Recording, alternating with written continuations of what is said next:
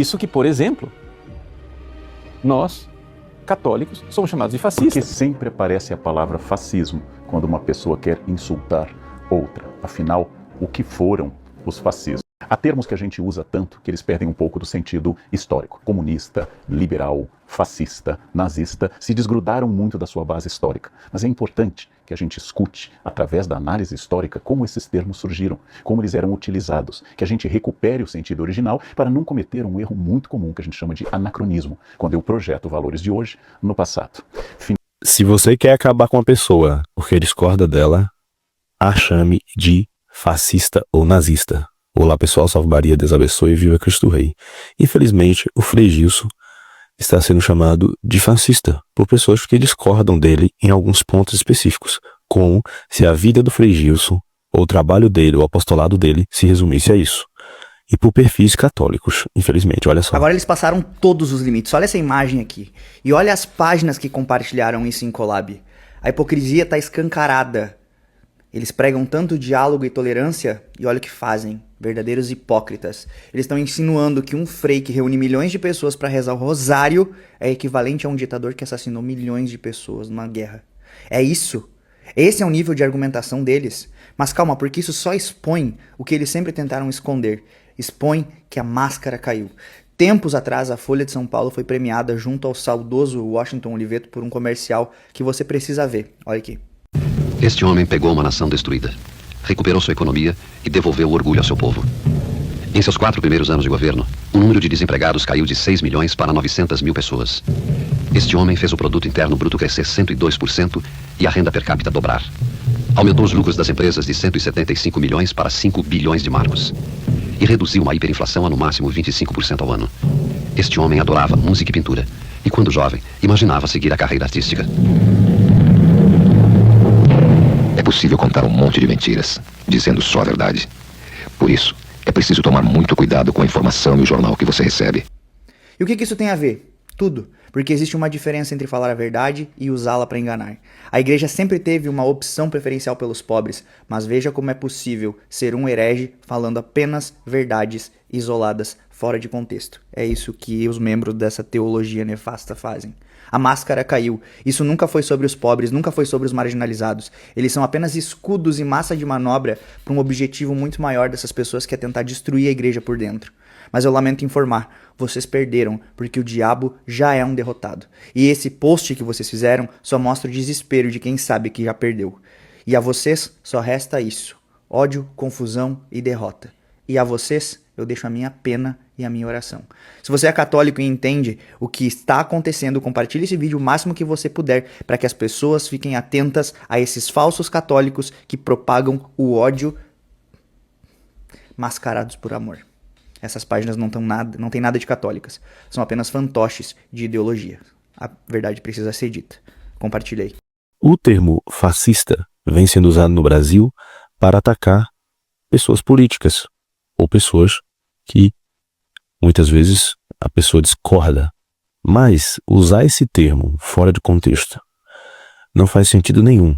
Isso um professor de história, um professor de filosofia sério tem que concordar. Olha só a opinião do Karnal. Karnal, que não é uma pessoa ligada à direita. Mas o fascismo confia na autoridade. Outra característica típica dos fascismos é a presença de um culto à morte, do desprezo, por exemplo, aos cuidados com a vida. Vejam uma frase ligada a Mussolini: é melhor um dia de leão do que 100 anos de cordeiro. É uma frase nascida naquela camaradagem viril da Grande Guerra. Não é à toa que grandes líderes fascistas, como no futuro Hitler ou na Itália Mussolini, foram combatentes da Grande Guerra. Aquela camaradagem viril que vai desprezar, por exemplo, a sensibilidade, vai desprezar sutilezas e vai dizer decisão, razão, campanhas de trigo, campanhas para que as italianas tenham mais filhos, campanhas para que a gente extinga as greves e tudo aquilo que for contra o projeto fascista. Plano fascista: nada contra o Estado, nada acima do Estado, nada fora do Estado. Por isso que no futuro nós chamaremos a todos os movimentos de direita, como os fascismos, ou de esquerda, como a Rússia de Stalin, de estados totalitários. O Estado totalitário pode ser de esquerda ou de direita. O Estado totalitário não é apenas uma ditadura, como tivemos dezenas de vezes na história. O Estado totalitário não pretende apenas conquistar o poder, ele pretende formar o novo homem. Por isso que o Estado fascista, como exemplo de Estado totalitário, ele desenvolve a ideia de que é preciso interferir na educação.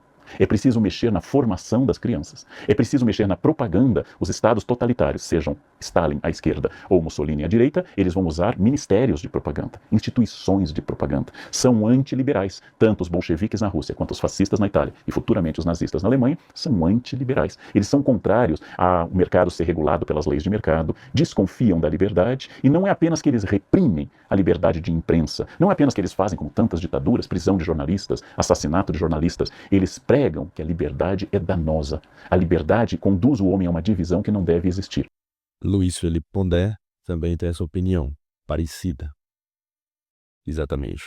Ou seja, o fascismo, historicamente, ele não pode ser atribuído a uma pessoa, porque ela tem uma opinião diferente de outra pessoa, como se isso fizesse dessa pessoa, por ter uma opinião diferente, fascista. Porque isso, inclusive, é relativizar o termo fascista. Se você relativiza um termo muito sério como esse, você acaba deixando passar quem realmente foi fascista na história e quem realmente pode vir a ser fascista. Vir a ser fascista. Mas o uso, tecnicamente falando, é equivocado. É claro que no debate político e na militância não importa muito, digamos assim, a verdade técnica dos termos históricos e políticos. O que importa, na verdade, é você agredir e convencer aquele que é o seu alvo, né? Então, você pode chamar um fulano de comunista, você pode chamar o outro de fascista, e isso daí simplesmente tem um sentido meio aproximado e não exato. Tecnicamente falando, o fenômeno chamado fascista, associado antes de tudo ao Mussolini como líder político, era o próprio Mussolini entendia fascismo e definia fascismo como tudo dentro do Estado, nada fora do Estado, nada contra o Estado. E aí, digamos, o governo Bolsonaro aí já tem um problema em relação a essa definição, porque o governo Bolsonaro está trabalhando com uma pauta liberal em economia. E veja, a minha preocupação aqui não é defender o Bolsonaro, hein? Na verdade, eu não tenho nenhuma preocupação aqui dessa ordem. Esse é o vídeo de hoje. Nós temos que refletir sobre os termos e as acusações que nós fazemos nas redes sociais.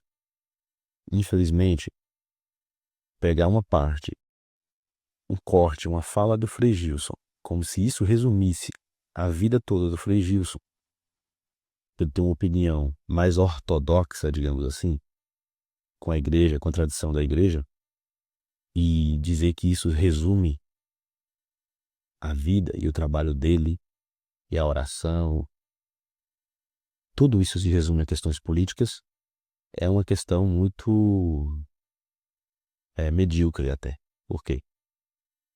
O trabalho e a vida dos sacerdotes não se resumem às questões políticas e nenhuma opinião específica, mas é muito mais do que isso, principalmente o Frei Gilson.